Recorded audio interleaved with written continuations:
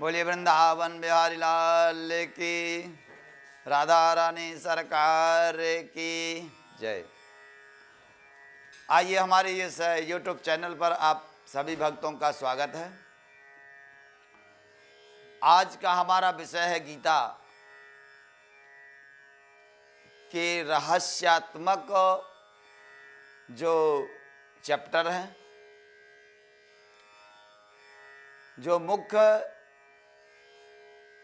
तत्व गीता के हैं, उनको आपके समक्ष प्रस्तुत करना। तो आइए, कल हमने आपको गीता के प्रथम अध्याय का वर्णन विवेचन किया था। आज गीता के द्वितीय अध्याय में चलते हैं। गीता के द्वितीय अध्याय में भगवान श्री कृष्ण और अर्जुन का संवाद आता है। प्रथम अध्याय में आपने देखा कि दोनों सेनाओं के मध्य में रथ को स्थापित करके अर्जुन और सभी को देख करके और भयभीत रूप से धर्म को विचार करते हुए बलहीन की तरह रथ के पीछे बैठ जाते हैं। कहते हैं, मधुसूदन, मैं युद्ध करने में असमर्थ हूं। क्यों? इसलिए कि ये सारे जो योद्धा हैं, जिनसे मैं युद्ध करने जा रहा हूं, जिनसे मैं युद्ध करने की इच्छा रखता हूं, वो हमारे सभी संबंधी हैं। संजय जी धृतराष्ट्र महाराज से कहते हैं, तम तथा कृपया वेष्टम सुपूर्णाकुलेक्षणम विषेदन्तमिदं वाक्य मवाच मधुसूदन। करुणा से व्याप्त आंसुओं से नेत्रों को परिपूर्ण करके शोक युक्त अर्जुन भगवान श्री कृष्ण जी के सामने बैठ जाता है और कहता है, हे मधुसूदन, इस युद्ध को मैं नहीं कर सकता। मेरा शरीर जला जा रहा, त्वचा जली जा रही है, हाथ पैर कांप रहे हैं, रोमांच हो रहा है, मेरा शरीर खड़े होने के लायक भी नहीं रह गया। आइए अब विचार करते हैं इसमें। पहले तो एक बात का विचार करें कि यह युद्ध कहाँ हो रहा है? धर्म क्षेत्र कुरुक्षेत्र। इस युद्ध में, अर्थात धर्म क्षेत्र कुरुक्षेत्र में, इसका नाम आप शायद जानते हो या ना जानते हो। इसका नाम कुरुक्षेत्र, धर्म क्षेत्र कुरुक्षेत्र क्यों पड़ा? कुरु नाम के एक राजा थे जिन्होंने यहां तपस्या की थी। भगवान इंद्र के दर्शन हुए और इंद्र ने उन्हें वरदान दिया था कि इस क्षेत्र में, इस धर्म क्षेत्र में जो भी अपने प्राणों को त्यागेगा उसे स्वर्ग की प्राप्ति होगी। ऐसा उस क्षेत्र का वरदान था, इसलिए उस क्षेत्र का नाम आज भी कुरुक्षेत्र ही है। तो धर्म क्षेत्र कुरुक्षेत्र, उस क्षेत्र में युद्ध करने के लिए संपूर्ण भारत के और अन्यत्र के और भी योद्धा युद्ध करने के उद्देश्य से आए हुए थे। क्यों? कि इस क्षेत्र में प्राण त्यागने के बाद स्वर्ग की प्राप्ति होगी, या यश, विजय प्राप्ति के बाद यश, कीर्ति मिलेगी। इस उद्देश्य से सभी योद्धा स्वेच्छा से युद्ध करने के लिए आए हुए थे। 18 दिनों के अंदर कहा जाता है कि 60 करोड़ योद्धाओं की मृत्यु इस क्षेत्र में हुई थी। थोड़ा पहले चलते हैं, विचार करते हैं। अर्जुन अपनी सेना को और कौरवों की सेना को देखता है, देख करके और भ्रम में पड़ जाता है, भ्रमित हो जाता है। जिस युद्ध की तैयारी के लिए अर्जुन ने 13 वर्ष तक तपस्या किया, प्रयास किया, अनेक ब्रह्मास्त्र, दिव्यास्त्र, पशुपतास्त्र, इन सब का संग्रह किया, प्राप्त किया तपस्या के बल पर, इसी आज के दिन के लिए, इस युद्ध के लिए, जिस युद्ध में आज अर्जुन रथ के पीछे बैठ करके मधुसूदन भगवान श्री कृष्ण से कहता है कि हे ये मधुसूदन, मैं इस युद्ध को नहीं करूंगा। 13 वर्ष की तैयारी करने के बाद आज अर्जुन कहता है इस युद्ध को मैं नहीं करूंगा। विचार करते हैं क्यों? नेत्रों से अर्जुन ने देखा। यहां एक उपदेशात्मक चैप्टर है क्या, अर्थात तो कहने का तात्पर्य अर्जुन ने नेत्रों से देखा है। तो कहने का मतलब कि जो हम देखते हैं वह सही नहीं है। जो हम देखते हैं, नेत्र हमारे क्या होता है, भ्रम उत्पन्न करते हैं।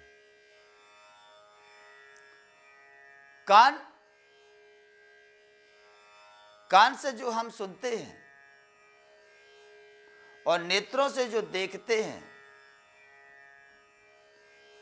यदि उसका शोधन हम करते हैं, उस शोधन करके विवेक बुद्धि से निर्णय लेते हैं, वह निर्णय सही होता है। अन्यथा कहते हैं कि किसी एक की बात को मान करके कभी निर्णय नहीं लेना चाहिए। विशेषकर कानों से सुना हो या नेत्रों का देखा हो तो कभी एकदम उसमें निर्णय नहीं लेना चाहिए, क्योंकि यह भ्रमात्मक बुद्धि को उत्पन्न करने वाले दृश्य को दिखलाता है। अर्जुन ने जो दृश्य देखा, भ्रम उत्पन्न हुआ और सारी विद्या धरी की धरी रह गई और कहता है मैं युद्ध नहीं करूंगा। भगवान श्री कृष्ण से कहता है युद्ध नहीं करूंगा। द्वितीय अध्याय में फर्स्ट जो श्लोक है, संजय जी ने अर्जुन धृतराष्ट्र से कहा है, यह का दृश्य देख करके इस प्रकार की पोजीशन युद्ध क्षेत्र में बन रही है। एक बात का विचार करते हैं। देखिए, जिस महल में, जिस हस्तिनापुरी में दुर्योधन के 100 भाइयों का परिपालन पोषण हुआ, उसी महल में, उसी हस्तिनापुर में पांडवों का भी पालन पोषण हुआ, मगर दोनों के संस्कार एकदम विपरीत। एक ही घर में, एक ही परिवार में दोनों के संस्कार एकदम विपरीत उत्पन्न हुए। पांडवों के संस्कार अलग हैं, दुर्योधन के पूरे परिवार के संस्कार अलग हैं। इसका आइए गहराई से कारण जानते हैं। हमारा तात्पर्य है कि उस कारण को जान करके उसका निवारण, हमारे परिवार में तो ऐसी घटना नहीं घट रही, इस बात को ग्रहण करना और यदि है तो उसको सुधारना। क्योंकि आज भी महाभारत का युद्ध हर हृदय में जारी है। ये मत समझना कि 500 साल पहले और महाभारत का युद्ध हुआ है और समाप्त हो चुका, ना, समाप्त नहीं हुआ, आज भी चालू है। आज भी महाभारत का युद्ध चलता है, हर हृदय में चलता है, हर दिमाग में चलता है, हर परिवार में चलता है। तो आइए विचार करते हैं। महाराज युधिष्ठिर और महाराज दुर्योधन, हमने कल बताया था प्रथम अध्याय में कि दुर्योधन की उत्पत्ति के पहले जिस दिन महाराज धृतराष्ट्र के सिर पर हस्तिनापुर का मुकुट आया था, महाभारत की शुरुआत उसी से हुई है। जैसे ही मुकुट महाराज धृतराष्ट्र के सिर पर रखा गया, महाराज धृतराष्ट्र को लोभ उत्पन्न हुआ कि यह मुकुट अब हमारे सिर से जाना नहीं चाहिए।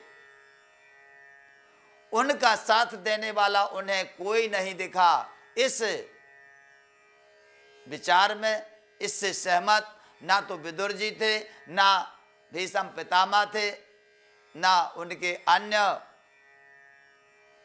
मंत्रिमंडल था। अब इसमें सहयोग कौन कर सकता है? एक ही रास्ता उन्हें दिखा, जो उनका उस कार्य में, लोभ में सहयोग करने वाला था, वह था शकुनी। शकुनी की एंट्री वहां होती है, और शकुनी की एंट्री के बाद में जो अच्छे संस्कार हैं उनसे विपक्ष में कौरव चले जाते हैं। कृपाचार्य, द्रोणाचार्य, भीष्म पितामह के द्वारा जो संस्कार दिए जा रहे थे बच्चों को, शकुनी उनका खंडन करके अपने संस्कार उन बच्चों में प्रवाहित करने में जुट गए। अर्थात विरोधाभास, असमानता, विषमता का भाव उत्पन्न किया शकुनी ने, धृतराष्ट्र ने, और वो एक दूसरे के सभी विपक्ष में तैयार होते गए। इस स्थिति को भीष्म पितामह भी नहीं आंक पाए। कृपाचार्य, द्रोणाचार्य भी इस गुप्त नीति से अनभिज्ञ थे। धीरे धीरे यह सब बढ़ता गया और महाभारत के युद्ध का निर्माण हुआ। भीष्म पितामह के द्वारा जो संस्कार पांडवों को दिए गए, महाराज विदुर के द्वारा जो संस्कार पांडवों को दिए गए, वो अच्छे संस्कार दिए गए, प्रगति करने वाले दिए गए, समाज की सुरक्षा के हित में, राज्य की सुरक्षा के हित में दिए गए। शकुनी के द्वारा जो संस्कार दुर्योधन आदि 100 भाइयों को दिए गए, वह स्वार्थ के लिए दी गए। उनकी सीमा केवल स्वार्थ, बस स्वार्थ, अपने स्वार्थ तक सीमित थी, अन्यत्र उसकी सीमा आगे नहीं बढ़ी। पांडवों के जो संस्कार की सीमा थी, निज स्वार्थ की नहीं, परोपकार की थी। जब परोपकार की भावना से आगे कार्य किया जाता है, उसे हर क्षेत्र में विजय मिलती है, मगर धर्म पग पग पर परेशान करता है। इतना ध्यान रखो, पग पग पर अधर्म परेशान करता है। पांडवों को भी पग पग पर परेशानी उठाना पड़ी, अंतोगत्वा विजय पांडवों को ही मिली। कौरवों का विनाश हुआ, पांडवों की विजय हुई। तो कहने का तात्पर्य, तो कष्ट तो हुआ। भीमसेन को जहर पिलाया गया, पाताल गए, पाताल जब पहुंच गए तो 60,000 हाथियों का बल लेके आए। कहने का मतलब कि जहां जहां दुर्योधन, धृतराष्ट्र ने माया रची, जंजाल रचा, वहां से पांडवों को फायदा ही हुआ। तो इनकी जो विषमता थी, विपरीतता थी, आगे चल के महाभारत युद्ध के निर्माण इन्हीं से हुआ है। अब यहां आकर के जब अर्जुन शिथिल हो जाते हैं, कहते हैं मैं युद्ध नहीं करूंगा, तब अब दूसरे अध्याय में दूसरे श्लोक से भगवान श्री कृष्ण की एंट्री होती है। बोलिए वृंदावन बिहारी लाल की जय। तब भगवान कहते हैं, क्या कहते हैं? श्री भगवान वाच कुतस्त्वांकस्मलमिदं विस्मे समोपस्थितम् अनार्य जुष्टम स्वर्गम कीर्तिकारमर्जुन क्लेब्यम् आस्मगमः पार्थ नेतत्त्वायुपपद्यते क्षुद्रम हृदय दौर्बल्यम त्यक्तोत्तिष्ठ परम तपो। हे अर्जुन, तुझे यह मोह इस अवसर पर क्यों उत्पन्न हुआ है? देखिए, कहते हैं कि जिसकी तैयारी हम करते रहे, उसकी जब समय आया तो हम हट जाएं, तो विषम परिस्थिति। उस विषम परिस्थिति में भगवान श्री कृष्ण कहते हैं कि इस समय, जबकि तेरे पास समय नहीं है, क्योंकि युद्ध क्षेत्र के में दोनों रथों, दोनों सेनाओं के बीच रथ स्थापित है। अब कल्पना कीजिए कि समय अर्जुन के पास कितना है। भगवान श्री कृष्ण कहते हैं कि इस समय तुझे ऐसी कायरता क्यों उत्पन्न हुई है, ऐसा उद्वेग क्यों उत्पन्न हुआ है तेरे मन में, क्योंकि क्लेब्यम मास में गमा पार्था नेतत्व युपपद्यते क्षुद्रम हृदय दौर्बल्यम त्यक्तो तिष्ठा परम तप। इस हृदय के दौर्बलता को तू त्याग करके और युद्ध के लिए खड़ा हो, क्योंकि यह योग्य नहीं है, भगवान श्री कृष्ण कहते हैं। तो कहने का तात्पर्य कि इस विषम परिस्थिति में जहाँ की काम करने का अवसर है, वहाँ अर्जुन निर्बल होकर के कायरता को धारण करता है। तब भगवान शिक्षा देते हैं, कहते हैं कि तुझे ऐसी दौर्बल्यता क्यों उत्पन्न हुई है। तब अर्जुन कहता है, कथम भीष्महं संख्ये द्रोणं च मधुसूदन एषुभे प्रतियोगस्यामि पूजार्ह्या वरे सूदन। गुरो न हत्वा हिं महानुभावः श्रेयो भोक्तुं भोक्षमहे मपीह लोके हत्वात कामास्तु गुरु निहैवा भुञ्जीय भोगान् रुधिरा प्रदिग्धात्। अर्जुन कहता है, मधुसूदन, इस रणभूमि में भीष्म पितामह, गुरु द्रोणाचार्य, कृपाचार्य, इनमें मैं बाण कैसे चलाऊंगा, इनसे मैं कैसे युद्ध करूंगा, ये तो मेरे पूजनीय हैं और इन्हें मारकर मुझे क्या मिलेगा। न चेत् विद्मः कतरन्नो गिरेयो यद्वा जयेम यदि वा नो जयेयो यानेव हत्वा न जिजीविषाम हस्ते वस्थितां प्रमुखे धार्तराष्ट्रः।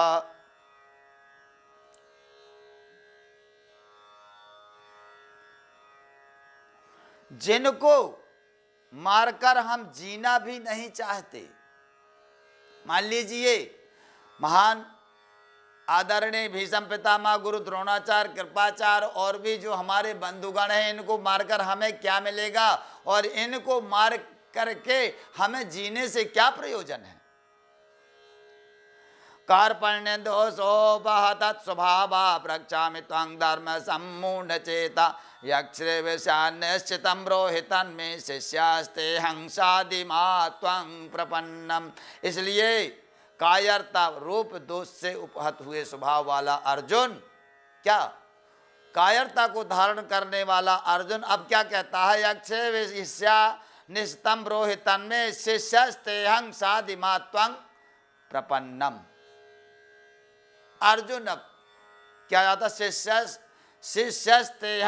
शिष्यस्ते हम, मैं आपका शिष्य हूं, अब आप मेरा मार्गदर्शन करें, मेरी समझ में कुछ भी नहीं आता है, मैं शक्तिहीन हो चुका हूं, निर्बल हो चुका हूं। देखिए,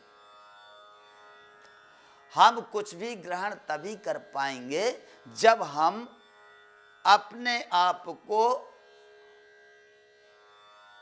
उस विषय से अनभिज्ञ समझने लगे, या हमारे अंदर ऐसी भावना हो जाए कि हम परिपूर्ण नहीं हैं, अर्थात हमारे अंदर जिज्ञासा उत्पन्न हो, तब हम दूसरे की शरण में जाएं, उसे शिक्षा ग्रहण करें।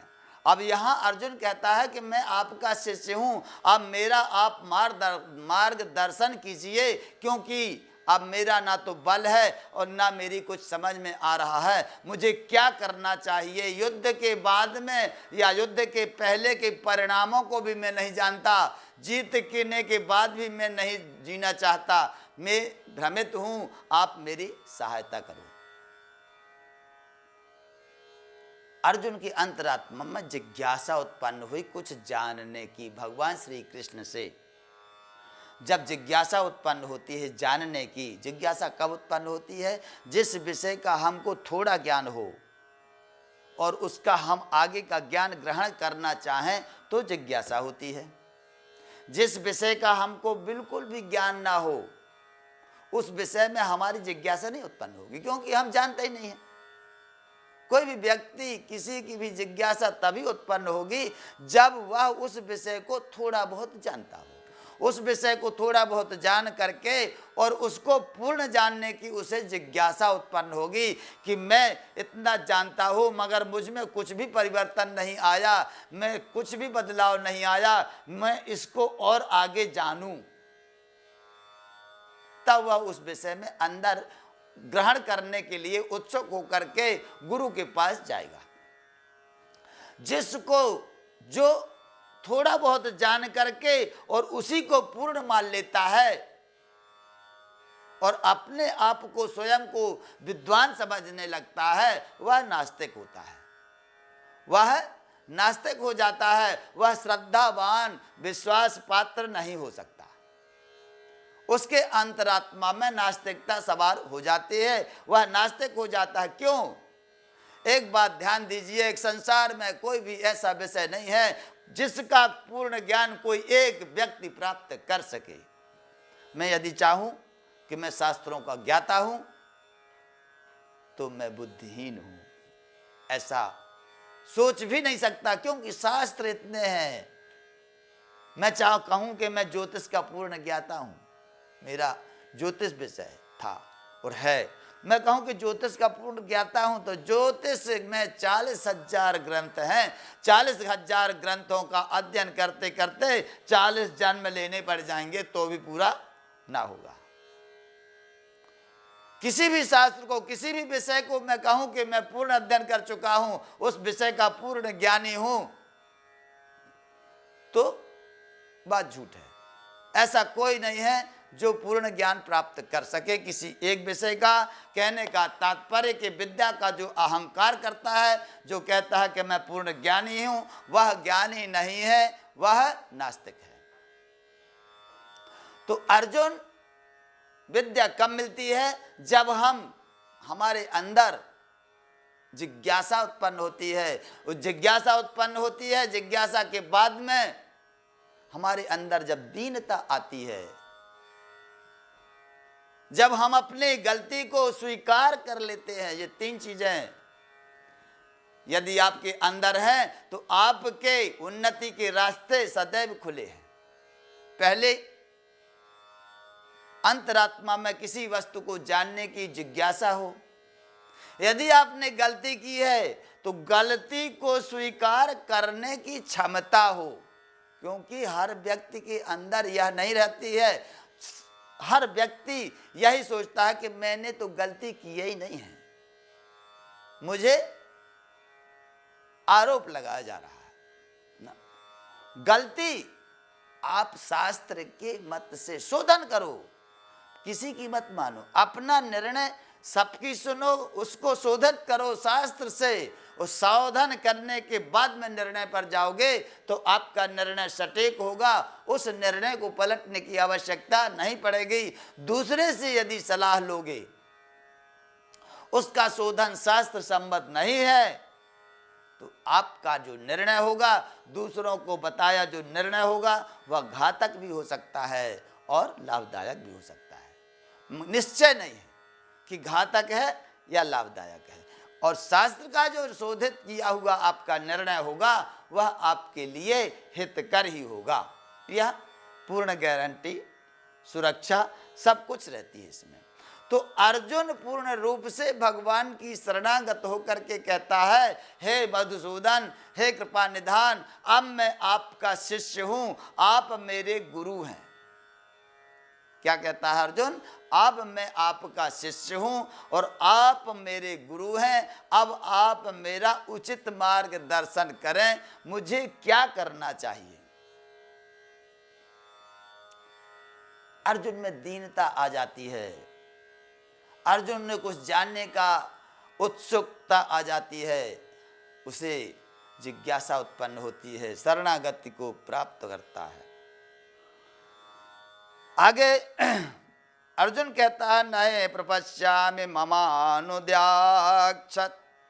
चौकमुक्षो षण्मिन्द्रियाणाम् अवाप्य भूमा वसपत्नमृद्धं राज्यम सुराणामपि चाधिपत्यम।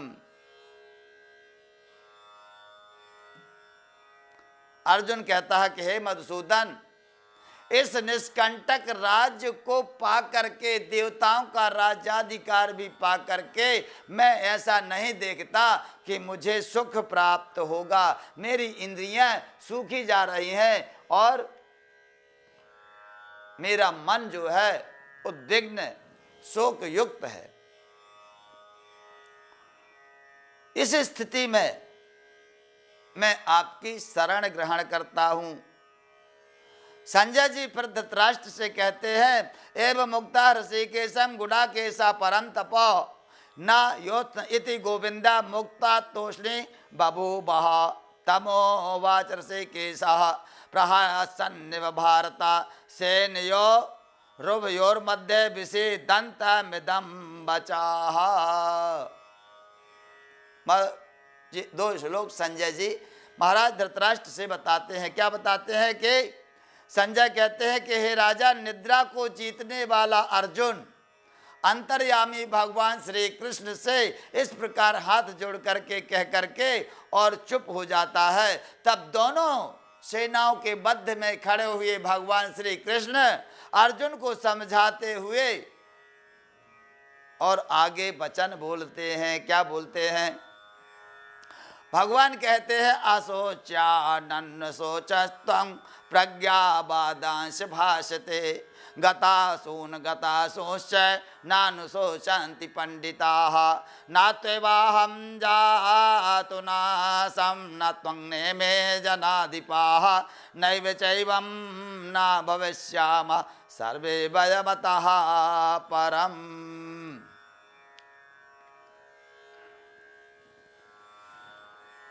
भगवान कहते हैं अर्जुन से, असोचा नन्न सोचस्तंग प्रज्ञा बादांश भाषते। है अर्जुन, जो तू विद्वानों की तरह भाषण दे रहा है और जो चिंता कर रहा है यह बिल्कुल भी गलत है। जो तू सोच रहा है यह सोचने योग्य बिल्कुल भी नहीं है। गतासून गतासूश्च नानु सोचन्ति पंडिता है। इस प्रकार विद्वान लोग नहीं सोचते जो तू सोच रहा है। न त्वेवाहम जातु नाशं न त्वं नेमे धनाधिपाः न चैवं न भविष्यामः सर्वे वै मतः परम। ना तो ऐसा ही है कि क्या भगवान कहते हैं कि ना तो ऐसा ही है कि मैं पहले नहीं था और ना ऐसा ही है कि मैं आगे नहीं रहूंगा और ना ऐसा ही है कि तू पहले नहीं था और आगे नहीं रहेगा और ना ऐसा ही है कि ये समस्त जो तू देख रहा है जे पहले नहीं थे और आगे भी नहीं रहेंगे। बिल्कुल गलत है। जे आगे भगवान का एक सूत्र है, योग सूत्र है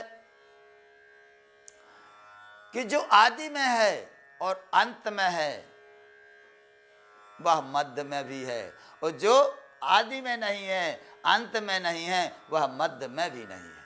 कहने का तात्पर्य भगवान श्री कृष्ण कहते हैं कि हे अर्जुन, जो तू सोचता है कि ये सब लोग मारे जाएंगे या पहले नहीं थे मध्य में प्रतीत होते हैं, यह गलत है। ये पहले भी थे, अब भी हैं और बाद में भी रहेंगे।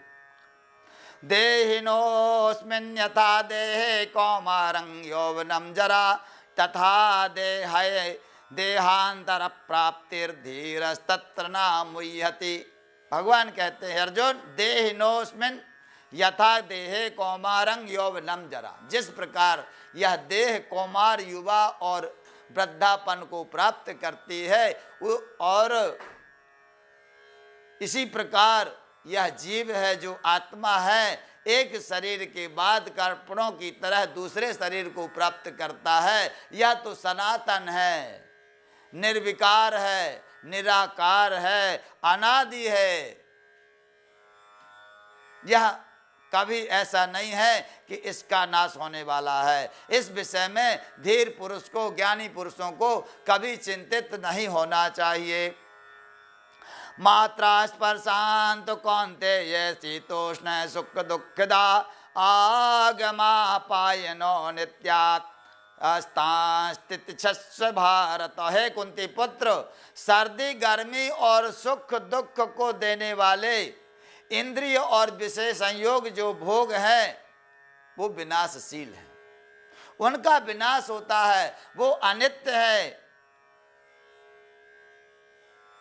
5 इंद्रियों और 5 कर्मेंद्रियां, 5 ज्ञानेंद्रियों से जो तुम्हें विषय वासनाओं से भोग मिलती हैं वो अनित्य हैं, विनाशशील हैं, मगर उनके ऊपर जो आत्म तत्व है उसका कभी विनाश नहीं होता है। यम ही नाम व्यथन्ते ते पुरुषम पुरुष सरसभ सम दुख सुखम धीरम सोमृतत्वाय कल्पते। हे अर्जुन, इस व्यथा को विद्वान पुरुष नहीं सोचते, क्योंकि सुख दुख को समान मान करके और धीर पुरुष कार्य करता है। अनासतो विद्यते भावो ना भावो विद्यते सतः उभयोरपि दृष्टोऽन्तस्य योस्तत्वदर्शभिः। असत वस्तु की तो कभी सत्ता नहीं होती। भगवान कहते हैं, हे अर्जुन, असत की सत्ता नहीं है, उस सत्य का कभी विनाश नहीं होता। असत क्या है, उस सत्य क्या है? कहते हैं असत वस्तु की कभी सत्ता नहीं हो सकती, सत्य का कभी अभाव नहीं हो सकता। इस प्रकार इन दोनों का ही तत्व ज्ञानी पुरुषों द्वारा देखा गया है। सत्य क्या है? आत्मा, और असत क्या है? शरीर। सत्य आत्मा का कभी अभाव नहीं हो सकता और असत की कभी सत्ता नहीं रह सकती। हमारा जो शरीर है एक सीमित समय के लिए प्राप्त होता है और सीमित समय के बाद यह शरीर छोड़ करके आत्मा दूसरे शरीर को ग्रहण कर लेता है। वही विषय भगवान अर्जुन को समझा रहे हैं कि यदि तुम सोच रहे हो कि जे तुम्हारे ना लड़ने पर जे सब जीवित रह जाएंगे तो भी गलत है, और लड़ोगे तो भी जो होना है वही होगा, मगर इसमें जो तू सोच रहा है वह विपरीतता है। अर्थात कहने का तात्पर्य कि अर्जुन ने जो देखा और देख करके जो विचार किया वह एक पक्ष के रूप में विचार किया। अर्थात अर्जुन ने केवल भ्रमात्मक विचार किया। कहने का तात्पर्य के नेत्र से जो देखा जाता है उससे भ्रम उत्पन्न होता है, और कानों से शास्त्र की जो विद्या है, शास्त्र का जो उपदेश, शास्त्र की जो रास्ता है वह कानों के द्वारा अंतरात्मा में प्रवेश करती है, और जो लौकिक दृश्य है वह नेत्रों के द्वारा अंतरात्मा में प्रवेश करता है। तो नेत्र हमें भ्रमित कर सकते हैं, कान के द्वारा यदि शास्त्रों का शब्द है तो वह भ्रमित नहीं कर सकता है। तो कहने का तात्पर्य कि जो कानों के द्वारा प्रवेश करता है वह भ्रमित नहीं करता, और जो नेत्रों के द्वारा देखा जा सकता है उससे भ्रम उत्पन्न होता है। तो भगवान कहते हैं कि अपने भ्रम को दूर करो। अविनाशित्वा तो तद्विधेन सर्वविदं ततं विनाशमव्य यस्यास्य न कश्चित् कर्तुमर्हसि। नाश रहित तो तू उसको जान जिससे यह पूर्ण जगत दृश्य है। वह क्या है? नाश रहित। नाश रहित अर्थात परमात्मा है। भगवान कहते हैं कि यह संपूर्ण जगत जिसे तू देख रहा है यह मुझ में सब स्थित है, और मैं नाश रहित ही इसे स्थापित किए हुए हूँ। अंतवंत में देहा नित्यस्योक्ता शरीरिणः अनाशिनो अप्रमेयस्य तस्माद्योध्वस्य भारत। इस नाश रहित अप्रमेय नित्य स्वरूप जीवात्मा के ये सब शरीर नाशवान कहे गए हैं। जितने भी शरीर हैं, जो शरीरधारी हैं, कहते हैं कि जो मृत्यु लोक में आता है एक दिन उसका शरीर नष्ट हो ही जाता है। या एनम वेति हंतारम यश्चैनम मन्यते हतम उभो तो ना विजानी तो नायम हंति ना हन्यते। जो इस आत्मा को मारने वाला समझता है तथा जो इसको मरने वाला समझता है वे दोनों ही नहीं जानते, क्योंकि यह आत्मा वास्तव में ना तो मारता है और ना कभी मर सकता है, अर्थात अनादि है, अखंड है, अमर है। यह आत्मा कभी मरण को प्राप्त नहीं हो सकती है। या एनम वेति हंतारम यश्चैनम मन्यते हतम उभौ तो न विजानीतो नायम हंति न हन्यते। ना किसी को यह मार सकती है और ना यह मर सकती है। न जायते मृते वा कदाचित् नायम भूता भविता वान भूयः अजो नित्या शाश्वतोयम पुराणो ना हन्यते हन्यमाने शरीरे। यह आत्मा किसी काल में ना तो जन्मता है, ना किसी काल में यह मरता है, ना उत्पन्न होने वाला है, क्योंकि यह अजन्मा नित्य सनातन पुरातन है। शरीर के मारे जाने पर भी यह आत्मा कभी नहीं मरता है। भगवान श्री कृष्ण कहते हैं वेदा विनाशिनम नित्यम या एनमजमव्ययम कथम सा पुरुषः पार्थ कंघात्यति हंतिकम। हे पार्थ, अर्जुन, जो पुरुष इस आत्मा को नाश रहित मानता है, नित्य अजन्मा अव्यय जानता है, वह पुरुष कैसे किसको मार सकता है और कैसे किससे मर सकता है। अर्थात वह ना तो कभी किसी को मार सकता है और ना वह कभी मर सकता है। भगवान कहते हैं वासांसि जीर्णानि तथा विहाय वासांसि जीर्णानि यथा विहाय नवानि गृह्यात् नरोपराणि तथा शरीराणि विहाय जीर्णान्यन्यानि संयाति नवानि देहि। वासांसि जीर्णानि यथा विहाय, जिस प्रकार जीर्ण होने पर, पुराने होने पर, फट जाने पर कपड़ों को यह शरीर फेंक देता है, दूसरे नए कपड़ों को धारण कर लेता है, ठीक इसी प्रकार तथा शरीराणि विहाय जीर्णान्यन्यानि संयाति नवान देहि। ठीक इसी प्रकार यह आत्मा भी जब यह शरीर समाप्त हो जाता है, खत्म हो जाता है, पुराना हो जाता है, इसको त्याग देता है और दूसरे शरीर को धारण कर लेता है। बोलिए गोविंदाय नमः। वृंदावन बिहारी लाल की जय। भगवान कहते हैं अर्जुन से कि जिस प्रकार हम और आप कपड़ों को पुराने होने पर, फट जाने पर, गंदे हो जाने पर बदल देते हैं, ठीक उसी प्रकार यह आत्मा जो है, यह शरीर जब पुराना हो जाता है, काम का नहीं रह जाता है, काम के लायक नहीं रह जाता है, शरीर को बदल के आत्मा दूसरे शरीर में प्रवेश कर जाती है, अर्थात दूसरे शरीर को ग्रहण कर लेती है।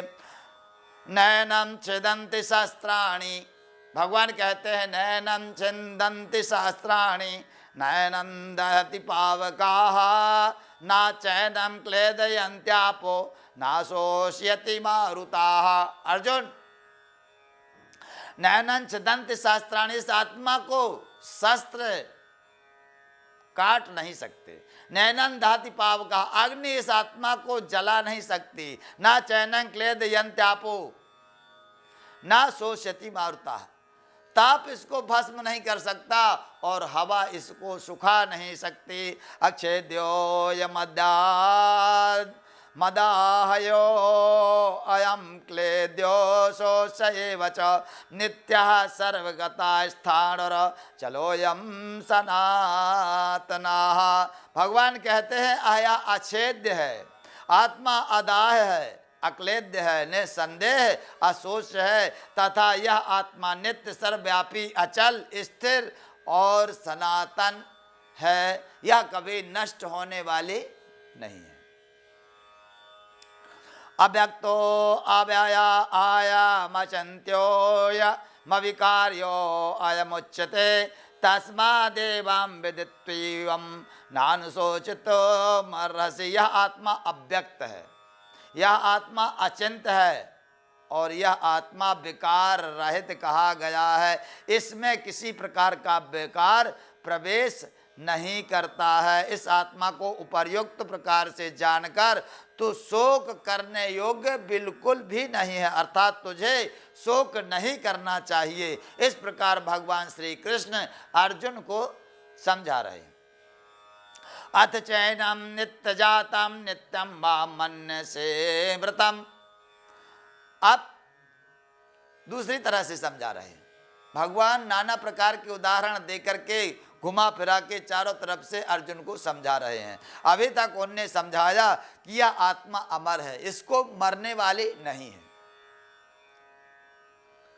इसे न वायु सुखा सकता, न अग्नि जला सकता, न शस्त्र काट सकता है। यह अपने शरीर को पुराने होने के कारण स्वतः बदल देता है। इस प्रकार अभी अर्जुन को जो भगवान ने समझाया है एक तरीका जी है। इस योग को सांख्य योग के नाम से जाना जाता है। अब आगे जो समझा रहे हैं इससे थोड़ी विपरीतता है, मान लो दूसरी तरह से समझा रहे हैं। अथ चैनम नित्य जातम नित्यम वा मन्य से मृतम यथा तथापि तम महाबाहो नैवं शोचितुमर्हसि। किंतु कहते हैं कि हे अर्जुन, यदि तू इस आत्मा को नित्य नहीं मानता, अर्थात जन्मने और मरने वाला मानता है, तो भी सुन, ऐसा सोचते तो नहीं मगर यदि तू सोचता है तो भी सुन। जातस्य हि ध्रुवो मृत्योर जातस्य हि ध्रुवो मृत्योर मृत्योर्ध्रुवं जन्म मृतस्य च तस्मात् पारिहार्थे न त्वं शोचितुमर्हसि। अर्जुन से कहते हैं कि हे अर्जुन, जातस्य हि ध्रुवो मृत्यु, यदि तू इसे जन्मने और मरने वाला समझता है तो भी सुन, जिसका जन्म हुआ है उसकी मृत्यु निश्चित है, और जिसकी मृत्यु हो चुकी है उसका जन्म भी निश्चित है। जातस्य हि ध्रुवो मृत्युर ध्रुवम जन्म मृतस्य च, जिसका जन्म हो चुका है उसकी मृत्यु निश्चित है, और जिसकी मृत्यु हो चुकी है उसका जन्म निश्चित है। तस्मात् परिहार्थे अर्थे न त्वं शोचितुमर्हसि।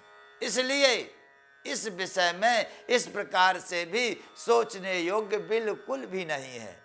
क्यों? कि इन सब का जन्म हुआ है, और जब जन्म हुआ है तो इनकी मृत्यु भी निश्चय है, होगी। और यदि अब तू जन्मने मरने वाला मानता है तो इनका जन्म हुआ है, यह तो तू देख रहा है कि इनका जन्म हो चुका है, और जब इनका जन्म हो चुका है तो इनकी मृत्यु भी निश्चित है। तो अब जब इनकी मृत्यु हो जाएगी तो इनका फिर जन्म भी निश्चय हो जाएगा। इसलिए उस तरह से भी तू यदि सोचता है तो भी सोचने योग्य वस्तु ये नहीं है। अव्यक्तादीनि भूतानि व्यक्त मध्यानि भारत, अव्यक्तादीनि भूतानि व्यक्त मध्यानि भारत, अव्यक्त निधनान्येव तत्र का परिदेवनाः। अर्जुन, संपूर्ण प्राणी जन्म से पहले अप्रकट थे और मरने के बाद भी अप्रकट हो जाने वाले हैं, केवल बीच में ही प्रकट है। फिर ऐसी स्थिति में तू क्यों सोच करता? अव्यक्तादीनि भूतानि व्यक्त मध्यानि भारत, अर्थात पहले जन्म के पहले सब अप्रकट थे, अर्थात हमारे शरीर नहीं था, हमें नहीं मालूम कि हम कहाँ थे, और मरने के बाद हमें कहाँ जाना है यह भी नहीं मालूम। अर्थात ना तो हम पहले प्रकट थे और ना बाद में ही प्रकट रह पाएंगे। मध्य में प्रकट प्रतीत होता है, और जो मध्य में खाली होता है वह सत्य नहीं होता। भगवान का यह सूत्र है। एक उदाहरण के तौर पर देखें, हम शीशे में चेहरा देखते हैं, और शीशे में जब चेहरा देखते हैं तो क्या चेहरा हमारा शीशे में पहले से था? नहीं था। बाद में क्या रहेगा? नहीं रहेगा। ना पहले था और ना बाद में था। हमारे सामने प्रत्यक्ष आने के कारण उसमें चेहरा दिख रहा है, मगर क्या है उसमें? नहीं है। तो अर्थात ना जो पहले था ना जो बाद में रहेगा वह मध्य में भाषित होता है नहीं। ठीक इसी प्रकार हम ना पहले प्रकट रूप में थे ना बाद में प्रकट रूप में रहेंगे। मध्य में जो भाषित होता है कि हम हैं, यह शरीर है, यह जड़ है। चेतन अप्रगट है, अभी भी चेतन अप्रगट है, शरीर प्रगट है जो मिथ्या है, जो जड़ है, यह रहने वाला नहीं है। कहने का तात्पर्य कि जो आदि में था अंत में है वह मध्य में भी होता है, और जो आदि में नहीं है अंत में नहीं है वह मध्य में भी नहीं होता है। यह सूत्र है। तो कहने का मतलब कि हम पहले प्रकट थे, पहले अप्रगट थे, बाद में भी अप्रगट रहेंगे। बीच में जो हम प्रकट रूप में भाषित होते हैं यह सत्य नहीं है, हम बीच में भी अप्रगट ही हैं। क्योंकि आत्मा कहाँ प्रकट है? आत्मा तो अप्रगट रूप से विद्वान है, निराकार है, यह हम कहते हैं, मगर हमने न देखा है न जाना है। उसको जानने का प्रयास करते हैं। आगे भगवान कहते हैं आश्चर्यवत् पश्यति कश्चिदेन माश्चर्यवत् वदति तथैव चान्यः आश्चर्यवच्चैन मन्यः शृणोति श्रुत्वापेदं वेद न चैव कश्चित्।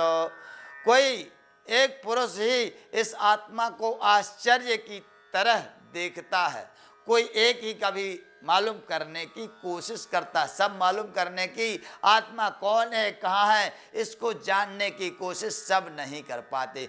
कोई दिव्य ऐसा कोई एक पुरुष होता है जो इसे जानने की इच्छा व्यक्त करता है और जानना चाहता है।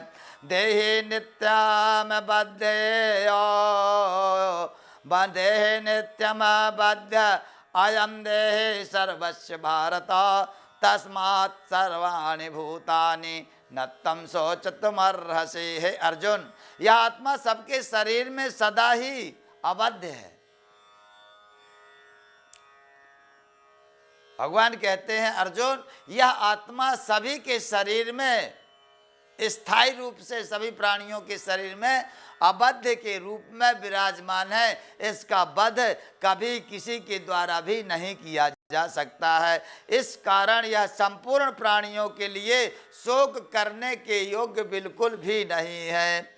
स्वधर्ममपि चावेक्षा नाभिकम्पितुमर्हसि धर्माणि युद्धाश्रयोऽन्यत् क्षत्रियश्च न विद्यते। तथा अपने धर्म को देख कर भी तू भय करने के योग्य बिल्कुल भी नहीं है, क्योंकि तेरा धर्म क्षत्रिय है। अर्थात तू भय नहीं, तुझे भय नहीं करना चाहिए, क्योंकि क्षत्रिय धर्म युक्त योद्धा को युद्ध से बढ़ करके उसका कोई दूसरा कार्य धर्म नहीं हो सकता है।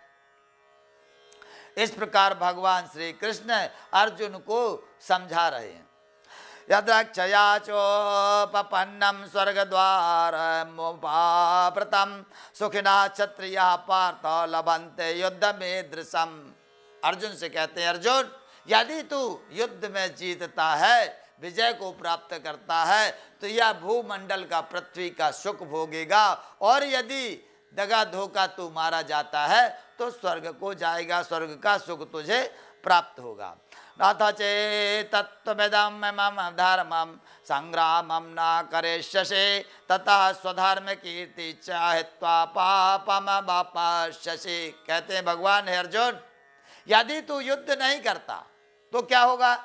ना चेतमिदं मम धर्मं संग्रामं न करिष्यति। यदि तू इस धर्म युद्ध को नहीं करता है, तथा स्वधर्म कीर्ति च हित्वा, तेरा धर्म, तेरा यश, तेरी कीर्ति सभी कुछ नष्ट हो जाएगी और तुझे पाप लगेगा और स्वर्ग भी तुझे नहीं मिल पाएगा।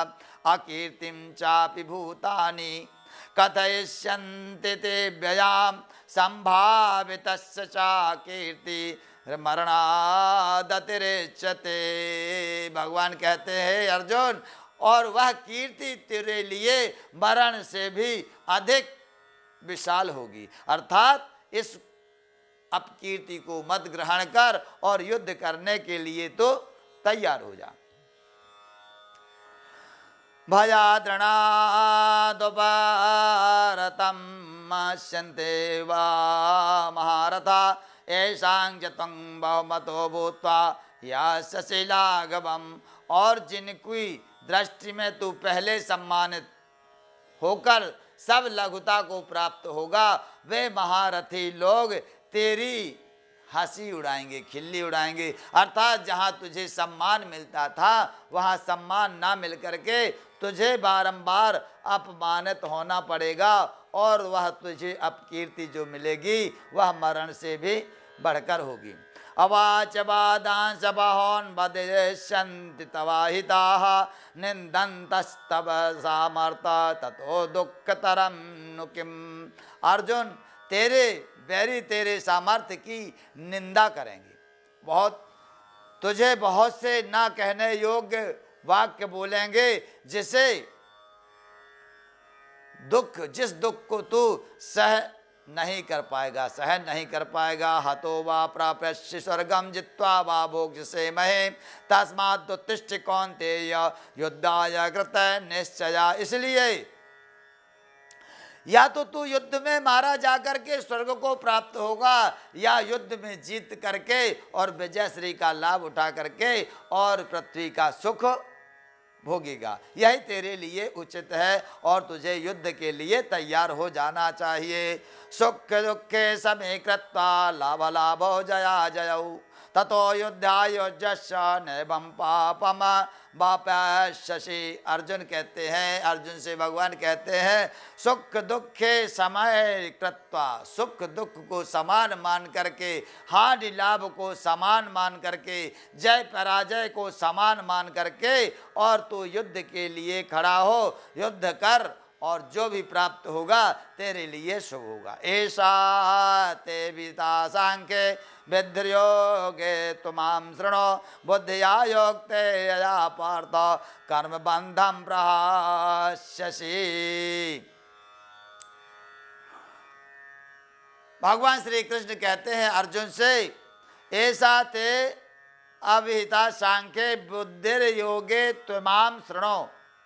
अभी तक जो तूने कहा सुना है, यह ज्ञान योग के विषय में तूने सुना, जो हमने उपदेश दिया यह ज्ञान योग के विषय में है।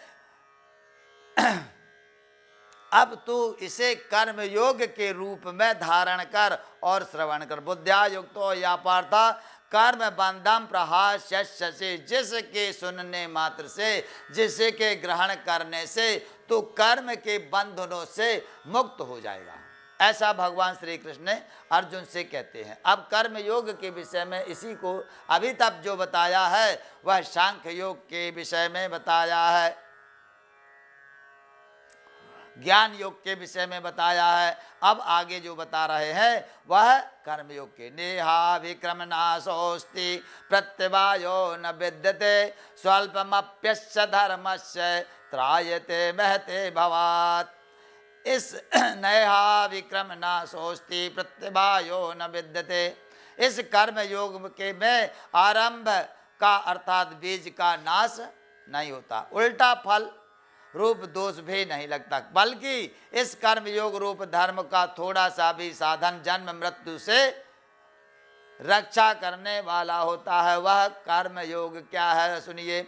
व्यावसायात्मिका बुद्धि रेके है कुरुरंधना बहुशाखा अनंताश्च बुद्धयो व्यवसाय नाम। है अर्जुन, इस कार्य में कर्म योग में निश्चयात्मक बुद्धि एक ही होती है, किंतु अस्थिर विचार वाले विवेकहीन सकाम मनुष्यों की बुद्धि निश्चय भेदों और अनंत होती है। यामिमां पुष्पितां वाचं प्रवदन्त्या विपश्चिताः वेदवादरताः पार्था नान्यदस्तीति वादिनाः कामात्मना कामात्मानः स्वर्गपरा जन्म कर्म फलप्रदा क्रिया विशेष बहुला भोगेश्वर्य गतं प्रति भोगेश्वर्य प्रसक्तानां तया प्रहरत चेतसाम व्यवसायात्मिका बुद्धि समाधौ न विधीयते। है अर्जुन, जो भोगों में तन्मय हो रहे हैं, जो कर्म फल के प्रशंसक वेद वाक्यों में ही प्रीति रखने वाले होते हैं, जिनकी बुद्धि में स्वर्ग और परम प्राप्य वस्तु है ऐसा मानते हैं। जिनकी बुद्धि स्वर्ग को सब कुछ मानती है, स्वर्ग से बढ़कर के कोई वस्तु नहीं है ऐसी मानती है, ऐसा कहने वाले वे अविवेकी जन इस प्रकार की जिस पुष्पित अर्थात दिखाऊ शोभायुक्त वाणी को कहते हैं, वे जन्म रूप कर्म फल देने वाली भोग के ऐश्वर्य प्राप्ति के लिए नाना प्रकार की क्रियाओं का वर्णन करने वाले उस वाणी द्वारा जिनका चित्त हर लिया गया है, जो भोग और ऐश्वर्य अत्यंत आसक्त हैं, जो भोग और ऐश्वर्य में अत्यंत आसक्त हैं, उन पुरुषों की परमात्मा में निश्चयात्मक बुद्धि नहीं होती। अर्थात जो भोग कीर्ति यश चाहने वाले होते हैं, इनकी निष्ठा ईश्वर में नहीं होती। दिखावा के रूप में भगवान का पूजन करते हैं, यज्ञ करते हैं, दान देते हैं, मगर उनकी जो बुद्धि है ईश्वर के प्रति निश्चयात्मक रूप से नहीं होती है। भगवान कहते हैं त्रैगुण्य विषया वेदा नैस्त्रैगुण्यो भवार्जुन निर्द्वंदो नित्य सत्यक्तो निर्योग क्षेम आत्मवान। हे अर्जुन, वेद उपर्युक्त प्रकार से तीनों गुणों के कार्य रूप समस्त भोगों एवं अनेक साधनों का प्रतिपाद करने वाले हैं, इसलिए तो उन भोगों एवं उनके साधनों में आसक्तिहीन, हर्ष शोकादि द्वंद्वों से रहित, नित्य वस्तु परमात्मा में स्थित, योग क्षेम न चाहने वाला और स्वाधीन अंतःकरण वाला हो। अर्थात किसी भी प्रकार की इच्छा कर्मण्येवाधिकारस्ते मा फलेषु कदाचन के सूत्र को ग्रहण करके और युद्ध को कर।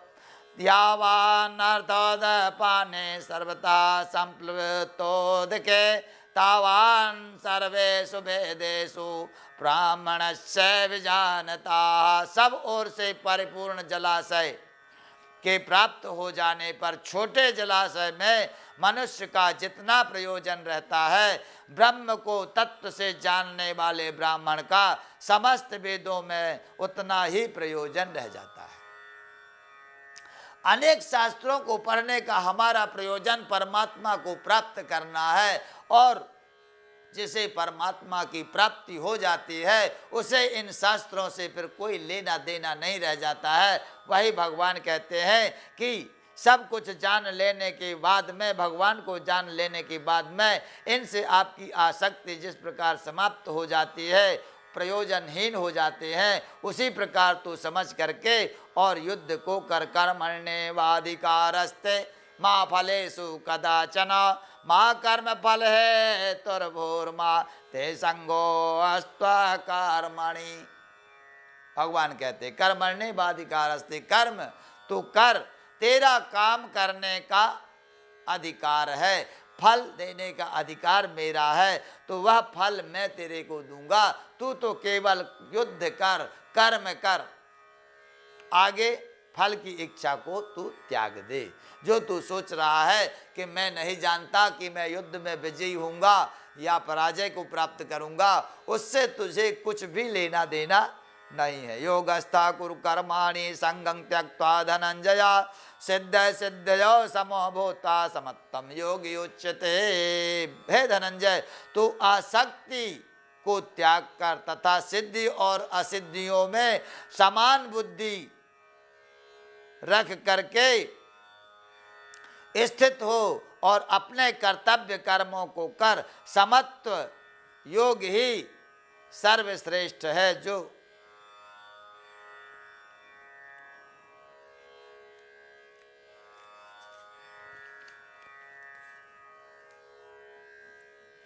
भगवान कहते हैं कि समभाव रख करके जय पराजय हानि लाभ यश कीर्ति मान प्रतिष्ठा सब में समभाव रख करके तू अपना कार्य कर।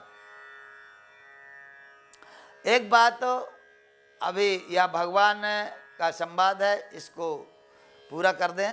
दूरेण हवरम कर्म विद्योगा धनंजय बुद्धो शरण अन्वीक्ष कृपणा फल हेतवाह। इस समस्त बुद्धि रूप योग में सकाम कर्म अत्यंत ही निम्न श्रेणी का है, अर्थात निष्काम भाव से और तू युद्ध को कर। इसलिए हे धनंजय तो समबुद्धि में ही रक्षा का उपाय ढूंढ, अर्थात बुद्धि योग का ही आश्रय ग्रहण कर, क्योंकि फल के हेतु बनने वाले अत्यंत दीन होते हैं। बुद्धि युक्त जहाति हवे सुकृत दुष्कृत तस्माद् योगायुज्यस्य योगः कर्मसु कौशलम। समबुद्धि युक्त पुरुष पुण्य तथा पाप दोनों को इस लोक में छोड़ जाते हैं और आगे बढ़ जाते हैं। कर्म जम बुद्धि युक्ता है फलं त्यक्ता मनीषिणा जन्म बंध विनिर्मुक्तो पदम गच्छन्ति नामयत्। भगवान कहते हैं कि कर्म जम बुद्धि युक्ता ही फलम त्यक्ता मनीषिणा। कर्म जम बुद्धि युक्ता ही अर्थात हमारी बुद्धि के द्वारा जो कर्म किया जाता है और बुद्धि के द्वारा जो कर्म होता है उसी कर्म से बंधन उत्पन्न होता है। अर्थात हमारी बुद्धि के द्वारा जो हम कार्य करते हैं तो बुद्धि के द्वारा जो कार्य किया जाता है उसे देहाभिमान उत्पन्न होता है और देहाभिमान उत्पन्न होने के बाद में स्वाभिमान विवेक बुद्धि में जाता है और बुद्धि उसको ग्रहण कर लेती है और उसके द्वारा संस्कार का निर्माण होके और उसके कर्म बंधन में हम जकड़ जाते हैं। तो भगवान कहते हैं कि जो यहाँ तू कर्म करता है उनको यहीं त्याग दे, अपने को कर्ता ना समझ।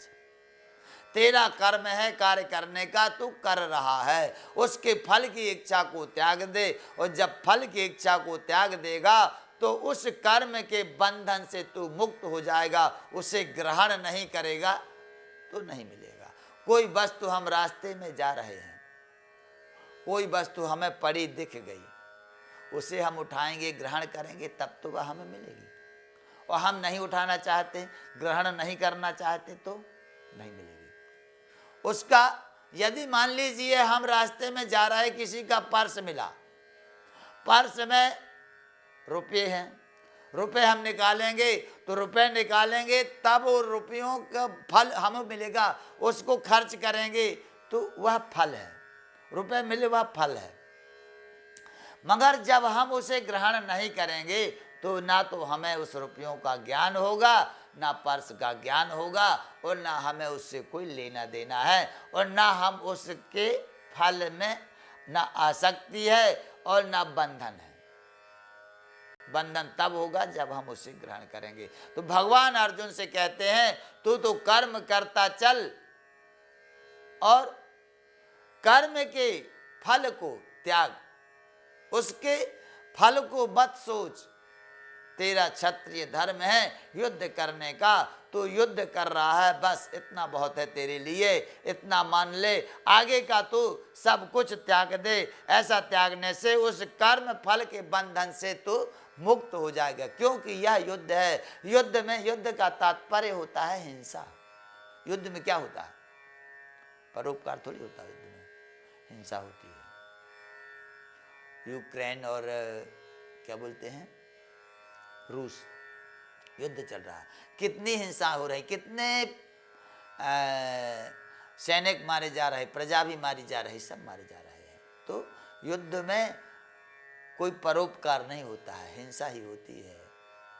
तो भगवान कहते हैं कि क्षत्रिय धर्म युद्ध करना है, युद्ध में जीतेगा तो राज्य सुख भोगेगा, युद्ध में हारेगा तो स्वर्ग को जाएगा, युद्ध छोड़ करके भागेगा तो अपयश लगेगा, अपकीर्ति होगी। ये दुष्ट लोग तुझे ताना मारेंगे, उन तानों के कारण तेरा जीना दुस्सर हो जाएगा, अर्थात तू जी नहीं पाएगा।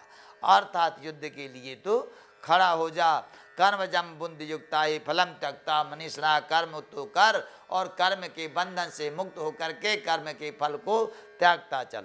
यदा ते मोह कलितम कलिलम बोध्यर व्यतिरित सतरिष्यति, यदा ते मोह कलिलम बोध्यर व्यतितरिष्यति, तदा गन्तास्य निर्वेदम श्रोतव्यस्य श्रुतस्य च। जिस यदा ते मोह कलिलम बुद्धिर व्यतितरिष्यति, जिस काल में तेरी बुद्धि मोह रूप दल दल को त्याग भली भांति पार कर जाएगी, उस समय तू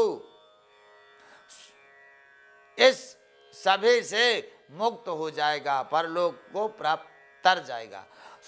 श्रुते विप्रतिपन्नाते यदा स्थाप्यस्य यथा स्थास्यते निश्चला, समाधा बचला बुद्धिस्तदा योगमवाप्यस्यसि।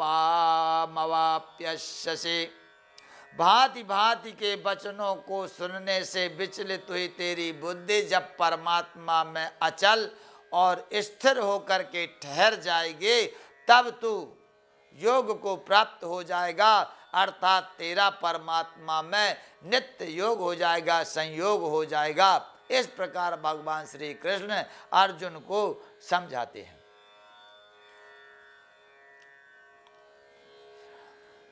द्वितीय अध्याय में भगवान श्री कृष्ण ने जो गीता में कहा है 1 से 10 श्लोक तक अर्जुन की कायर बुद्धि का वर्णन है। 11 से 30 तक सांख्य योग का वर्णन किया गया है। 31 से 38 तक क्षत्रिय धर्म का वर्णन आया है और 39 से 53 तक कर्म योग के विषय में भगवान श्री कृष्ण ने अर्जुन से कहा है। अब यहां से अर्जुन कहता है, अर्जुन स्थित प्रज्ञस्य का भाषा समाधिस्थस्य केशव, स्थित ध्ये किंग प्रभाषेण किमासीता व्रजेत किम। अर्जुन कहता है स्थित प्रज्ञस्य का भाषा समाधिस्थस्य केशव, स्थित ध्ये किंग प्रभाषेण किमासीता व्रजेत किम। हे केशव, इस स्थित प्रज्ञ अर्थात योग में स्थित हुए पुरुष के आचरण कैसे होते हैं, वह कैसा बोलता है, कैसा चलता है, कैसा व्यवहार करता है, और उस स्थिर बुद्धि वाले पुरुष के विषय में हम जानना चाहते हैं। तब भगवान अब उस योगी का लक्षण जो अभी सांख्य योग और कर्म योग के विषय में भगवान ने बताया, उस योग को धारण करने वाले पुरुष के लक्षण कैसे होते हैं वह अर्जुन पूछ रहा है। तब भगवान कहते हैं, प्रजहाति यदा कामान सर्वान् पार्थ मनोगतान् आत्मन्येवात्मना तुष्टः स्थित प्रज्ञस्तदोच्यते।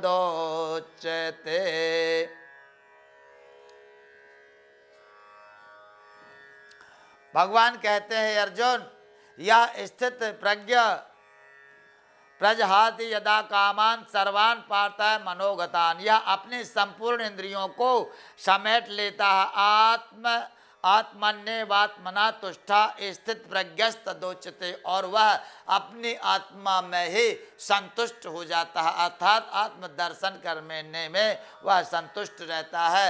अपनी संपूर्ण इंद्रियों को अपने अंदर समाहित कर लेता है, किसी विषय वासना में उसकी इच्छा नहीं जाती।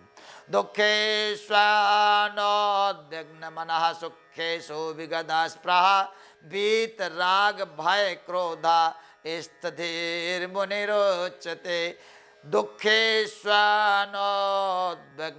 मनः, दुख में वह दुखी नहीं होता, सुख में वह हर्षित नहीं होता, अर्थात निष्प्रह होता है।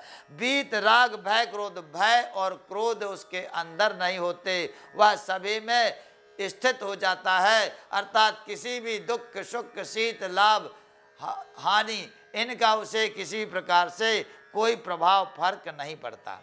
दुखों की प्राप्ति होने पर भी वह मन में उद्वेग नहीं होता उसके।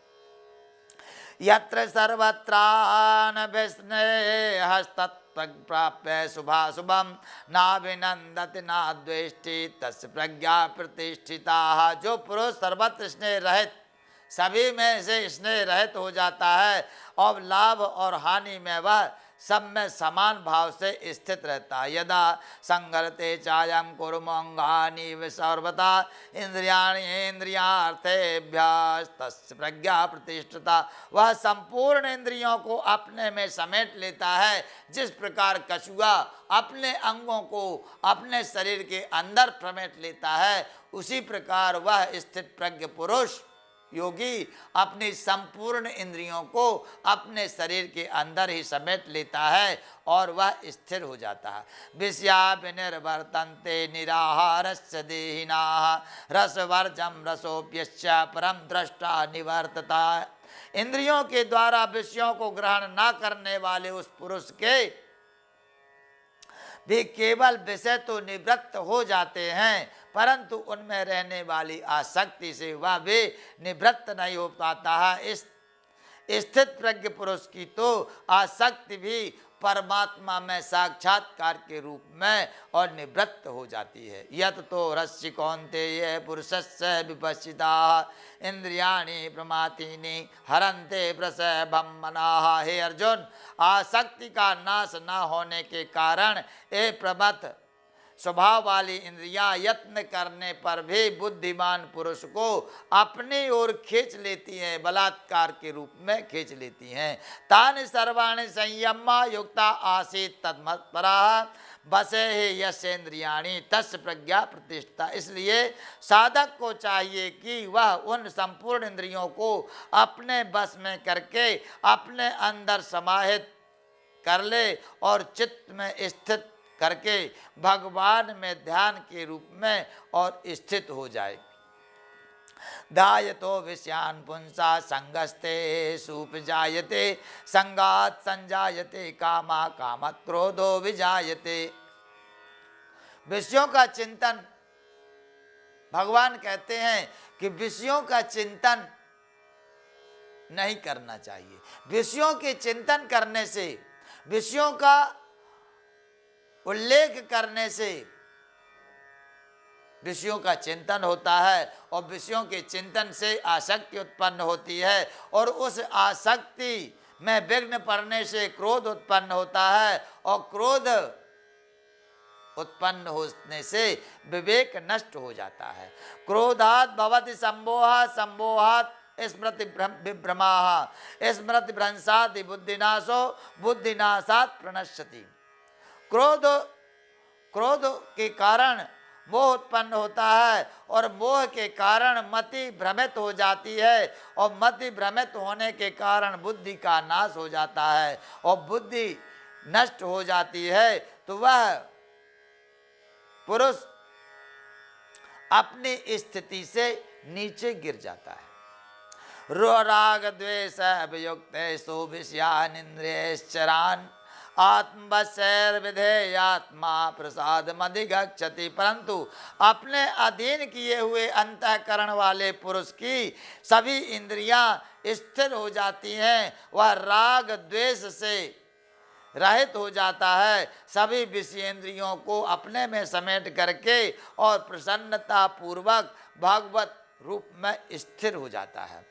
प्रसादे सर्व दुखानां हानिरस्योपजायते प्रसन्न चेतसो वासी बुद्धि पर्यवतिष्ठते। अतः अंतःकरण की प्रसन्नता होने पर इसके संपूर्ण दुखों का अभाव हो जाता है और उस प्रसन्न चित्त कर्मयोगी की बुद्धि शीघ्र ही सब योग से हट करके एक परमात्मा में भली भांति स्थित हो जाती है। नास्ति बुद्धिर्युक्तस्य न चायुक्तस्य भावना न चाभावयस्य शान्तरसन्तस्य कुतः सुखम् इंद्रियाणांगे चरतांगन्मनो विधीयते तदस्य हरति प्रज्ञां वायुर्नावामेवाम्भसे तस्माद्यस्य महाबाहो नर्गनिगृहीतानि सर्वशाः इंद्रियाणि इंद्रियार्थेभ्यस्तस्य प्रज्ञा प्रतिष्ठिताः या निशा सर्वभूतानां तस्या जागृति संयमे यस्या जागृति भूतानि सा शिष्या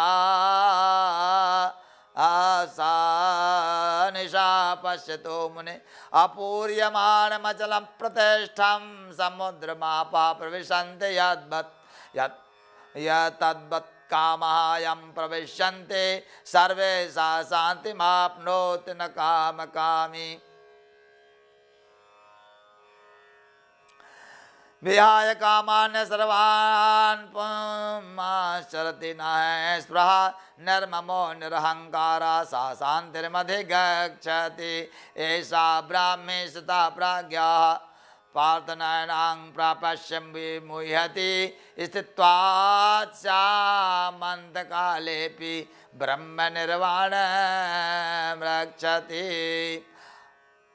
भगवान श्री कृष्ण कहते हैं अर्जुन, इस प्रकार वह अपनी संपूर्ण इंद्रियों को समेट करके अपने में समाहित करके और समाधिस्थ हो जाता है और भगवत प्राप्ति को प्राप्त हो जाता है, भगवान को। बोलिए वृंदावन बिहारी लाल की जय। यह गीता का द्वितीय अध्याय का संपूर्ण हुआ आज, जिसे सांख्य योग के नाम से जानते हैं, अर्थात सांख्य योग के अंतर्गत भगवत गीता का द्वितीय अध्याय संपूर्ण हुआ।